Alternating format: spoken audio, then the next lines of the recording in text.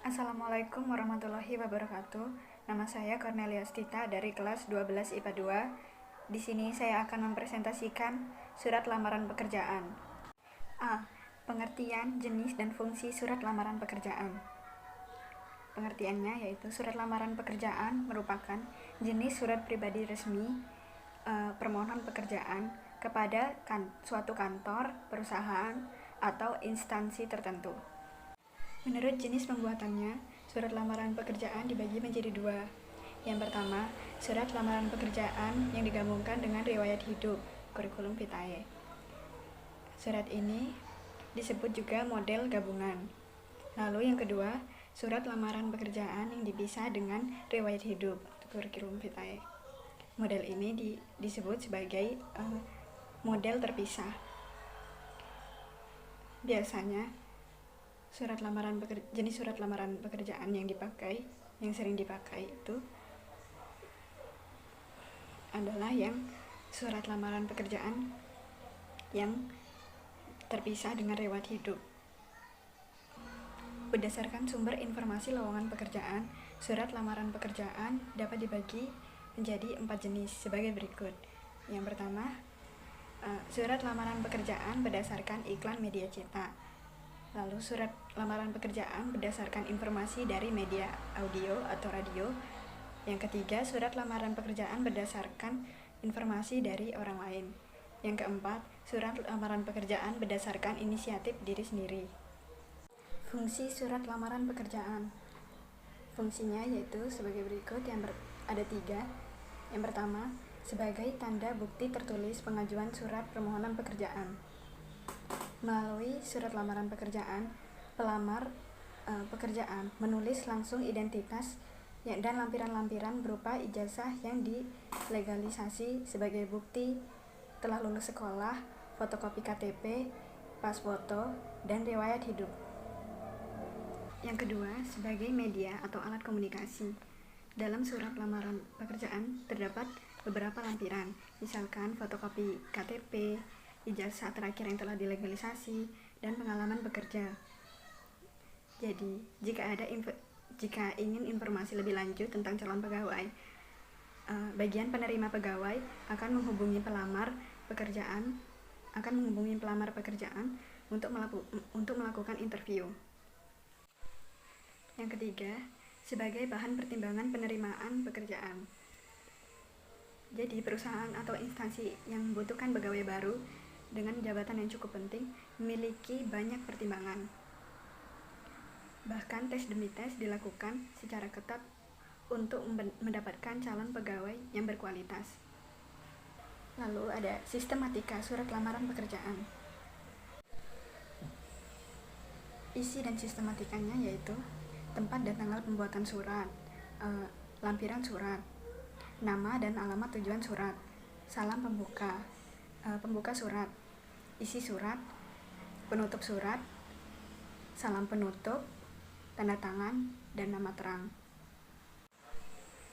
Yang pertama, tempat atau tanggal pembuatan surat. Tempat dan tanggal pembuatan surat menunjukkan surat tersebut dibuat. Ciri-cirinya ditulis di sebelah pojok kanan atas, dan penulisannya tidak diakhiri dengan tanda titik karena bukan sebuah kalimat. Contohnya yaitu Denpasar, 2 Agustus 2019. Lalu yang kedua, lampiran surat. Jadi penulisan kalimat kata lampiran tidak boleh ditulis dengan kata-kata dengan huruf LAMP. Tidak boleh disingkat. Lalu penulisan angka di dalamnya harus ditulis dengan huruf. Contohnya lampiran titik 2 6 lembar, jadi 6-nya itu huruf. Lalu yang ketiga, ada nama dan alamat tujuan surat. Syarat-syaratnya yaitu yang pertama, ditulis di bagian kiri. Lalu alamatnya tidak lebih dari 3 baris. Tidak menggunakan titik untuk mengakhiri setiap barisnya. Jabatan tidak boleh menggunakan jenis kelamin seperti Pak atau Bu. Lalu penulisan kata jalan pada alamat tidak boleh disingkat. Contohnya YTH titik Kepala Personalia PT Jaya Madu, Jalan Sudirman 14, Lampung. Yang keempat yaitu salah membuka. Ciri-cirinya yaitu ditulis di sebelah kiri. Huruf pertama menggunakan huruf kapital, lalu selalu diakhiri dengan tanda koma. Misalnya dengan hormat, koma.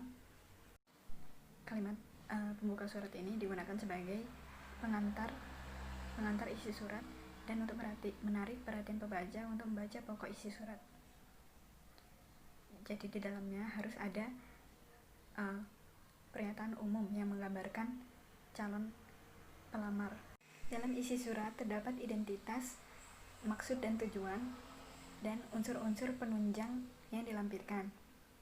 Jadi di identitas ini terdapat nama, tempat tanggal lahir, dan lain-lain sesuai yang dibutuhkan. Lalu maksud dan tujuannya ini yaitu kita menulis maksud dan tujuan kita untuk mendaftar menjadi calon pelamar pekerja. Lalu yang ketiga yaitu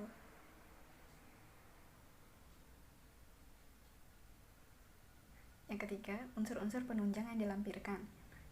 Terkadang ada beberapa syarat yang harus pelamar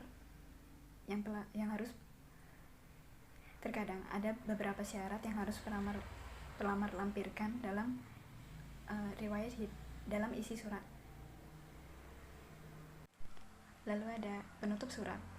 Penutup surat ini merupakan bagian akhir isi surat. Di dalamnya terdapat harapan dan ucapan terima kasih. Yang terakhir ada salam penutup, tanda tangan, dan nama terang. Aspek-aspek penting surat lamaran pekerjaan.